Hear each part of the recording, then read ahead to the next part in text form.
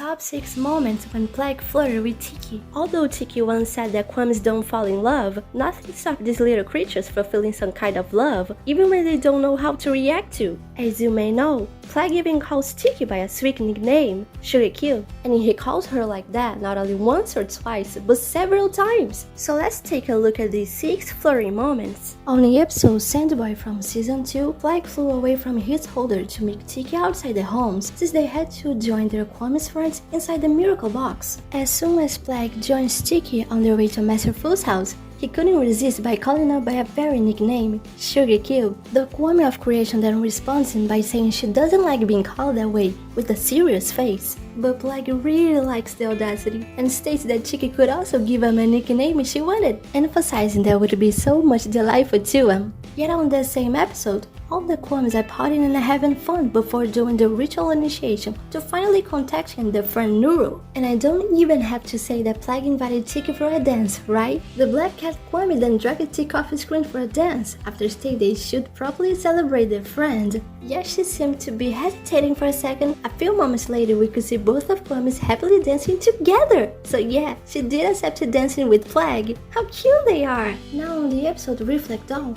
we have Marinette and Adrian doing a photo shoot wearing the new clothes Marinette designed herself. But the outfit had to be complete for the photos, which means they needed to remove the Miraculous temporarily, putting them in a car trunk, leaving the magical creatures isolated from the others. Plagg then says their lucky day, probably referring for both of them being alone and also together, since they hardly ever can stay all alone. Tikki, on the other hand, doesn't see the situation as Plagg. Unfortunately, the moment comes to an end when both Kwamis realize everyone in the city has been transformed into a Reflekdoll. Tikki starts to panic when she realizes every citizen is identical to the comatized one. Before Tikki becomes even more nervous, Plagg comforts her by saying that everything would be resolved, and of course, calling her by that cute nickname, Sugarcube. Besides being romantic, he also cares about his partner. Even when Plagg is away from Tikki, he can't hold back from calling her by that sweet nickname, as we saw in Kwami Buster, when Adrian scolded Plagg for almost being captured by someone. Emphasizing he's very responsible, the Kwami replies that it's impossible for a Kwami be filmed or photographed, saying the young man is as much of a party pooper as Sugarcube. Obviously, the boy gets confused and asks Plagg who Sugarcube was, and his Kwami answers that Sugarcube was the Ladybug's Kwami. How Plagg can be so romantic even when so far away from Tikki? That's really cute. Later on Kwami Buster, we see Plagg lie on a beach chair, very carefree. Tikki approaches to convince him that they needed to talk with the holder from earlier, but the black cat Kwami answers they shouldn't worry about it, calling her Sugarcube once again. And the best part is that Tikki doesn't seem to be bothered with the nickname anymore, and maybe she's getting used to Plagg always hitting on her. When Tikki loses control due to her big appetite for sweets on Duret's family 4th season, Tikki ends up creating an enormous galette just to satisfy her hunger by the sewers. Adrian and Plagg pick through the sewer lid as the young man sees the whole situation without understanding anything of that. This was until Plagg said that Sugarcube was using her power. Adrian then asks who was it, and Plagg responds it was Tikki, the Ladybug's Kwami. The magical creature also reveals the last time Tikki got off control